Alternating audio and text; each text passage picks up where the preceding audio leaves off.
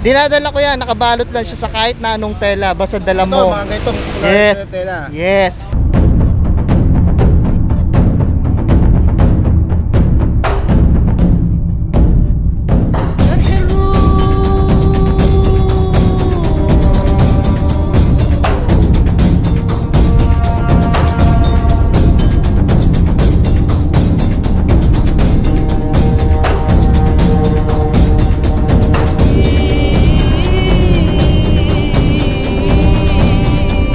Tayo sa Calao, Manila.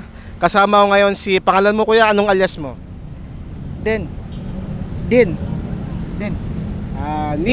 Den.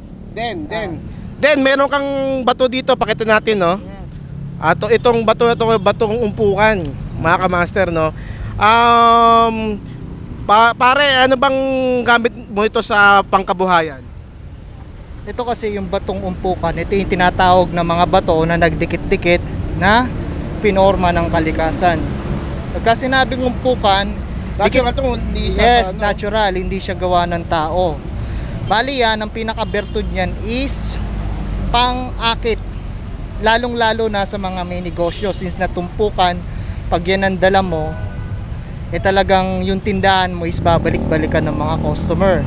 Pwede rin naman siya magamit, hindi lang sa tindahan, pwede rin magamit sa pag-a-apply ng trabaho. Kumbaga ikaw ang pipiliin at pipiliin. Yan ang pinaka-bertud ng batong umpukan. At saka marami pa yung nagagawa basta dala mo yan. Ito ay napakabihira lang di makita sa yes, bibihira. bibihira. Sa mga sa mga kuweba, sa mga loob ng mga stalagmite, di ba? Kuminsan yan sa ilalim ng dagat. Yan, isa rin yan, batong umpukan na maliliit nga lang. Itong sa akin, malaki. Ayan, batong umpukan. Ang gamit nito is pang-negosyo. Panghanap buhay. Panghanap buhay. So sa yung experience, gano'n na ba ito nakatulong sa iyo? Ay, nakatulong sa akin yan sa sa pagbebenta ko ng mga kung ano no online. Talagang yung yung item ko hindi talaga tumatagal. Hindi tumatagal ng isa hanggang 2 araw lang nabibili na. Wow. Marami agad na nagtatanong. Ito palang pinakamabisa talaga to, kailangan hanapin kung sa negosyo talaga. Yes, at yung batong umpukan na yan ay bibihira lang talaga meron yan. Talagang bukod tangi kay Utol Banjo meron yan. Kasi yung mga iba dito, wala siyang bato. Ito lang yung mas marami, mas mabisa, no? Yes. Wala kang mabibiling ganyan sa iba. Bihirang-bihira ang batong umpukan. Saka parang crystal ate yung mga nakakabit dito. Yes, no? Parang siya parang crystal na mga mutya ng tubig. Sari-sari kasi yan Minsan nahaluan ng maliit na kung tawagin dito is mutya ng tubig nga. Mutya ng tubig. Pati mga coral stone nagdikit-dikit na idinikit ng kalikasan mismo. Hindi siya gawa ng tao. Bale, ito ba ay lagi mo ba itong dala? Yes, lagi kong dala yan. Iniiwan mo rin ba sa bahay, sa altar? Paano mo siya ginagamit? Dinadala ko yan, nakabalot lang siya sa kahit na anong tela, basta dala mo. Mga ganitong tela. Yes. Basta ilagay mo lang sa bulsa, dalhin mo lang, huwag mo lang aalisin sa katawan mo. Kasi yan, hindi lang naman siya sa negosyo. Marami pa siyang nagagawa na matutuklasan mo mismo pagkadala mo yan. O sige, paiwan mo sila na kung gusto magkaroon ng bato. Ayan, so sa mga gusto magkaroon ng batong umpukan, dito lang kayo makakabili kay Utol Banjo. Lapit kayo rito sa Calao. Yan. Pag yan ang binili nyo, lalong-lalo na po sa mga may tindahan, yan po ay napakabisa. Mabisang-mabisa. Talagang umpok, yung tao umpok din. Totoo yan, subok ko na yan. Kasi ako mismo sa online ko palang ginagamit. How much more kung nagkaroon ako ng tindahan. Siguro magkaroon nito. Yes. Eto, meron pa para sa'yo, maliit. Nagpapasalamat ako kahit paano nakakapagpasyal ako dito na makapunta ako dito sa aking dating resort at makadalaw. Nagpapasalamat kung ano man mga bagay na pwede kong gawin. Nagdala lang ako sa kanya ng kalikasan. Wala naman ako ibang gustong gawin sa sarili ko. Nagpapasalamat lang talaga ako sa tao na nakakapag-intindi sa akin at marunong magpaintindi. Hindi ko naman kailangan kung pa sa iba, napakagandang halimbawa para sa aking sarili.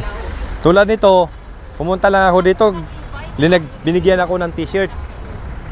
Binigyan ako ng t-shirt na walang alinlangan, napakaganda para sa akin. Wala akong binayad dito. Kahit piso wala akong binayad. Halimbawa, kung sino man ang mga tao na nakakakilala dito kay Pinoy Agimat, mayroon tayong mga utol dito na andang tumulong sa ibang mga utol o brisorman.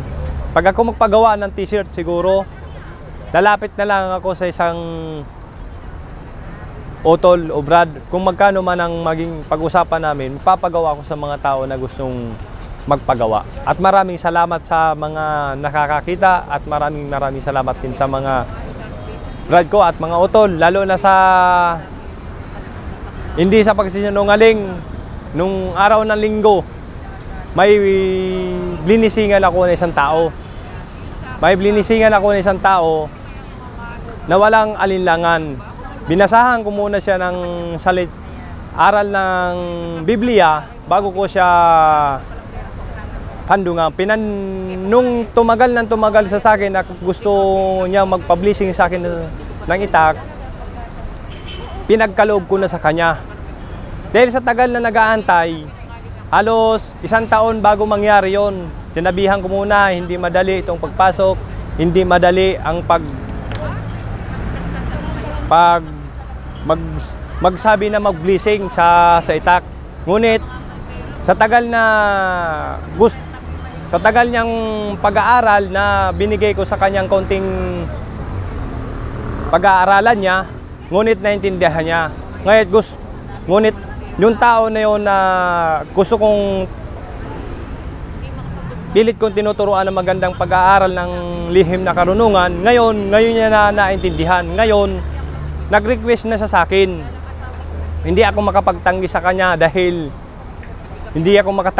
dahil sa gusto niya na magpublishing ng samurai. Itong araw ng linggo na to, nakabliss na ako ng isang tao. Para sabi niya sa akin, title, sabi niya sa akin, pwede muna ba natin itago ito? Dahil linisan ko siya, 6 na taga lang ang binigay ko sa kanya. 3 dito, 3 dito, sa paa. Yun lang muna yung binigay ko sa kanya. Binigyan ko lang muna siya ng maiksing salita at binigay ko muna yung mga bawal sa kanya. Napag-aralan niya yung mga bawal at mga dapat unahin niya sa sarili niya bago ko siya tinaga ng samurai. Nakaisa pa lang ako ng tao. Wala akong ginawa ko to, akala ko hindi ako makakapag gawa ng ganito. Kabado rin ako na tao. Kabado rin ako sa tao na biblisingan ko. Lalo na samurai na matalas. Yung tao na yun, nasasakupan man ng Cavite para napakalayo dito. Napakalayo sa Bacoor, napakalayo sa anumang bagay. Nasa SM Rosario siya. 1 tao lang siya na blisingan ko. Wait lang muna po. Naghahanap buhay nga pala ako. Ano ma'am? Magkano kuya yung ganyan? Eto, kain muna kayo mga tol. 25 lang po yan ma'am. Ilan po?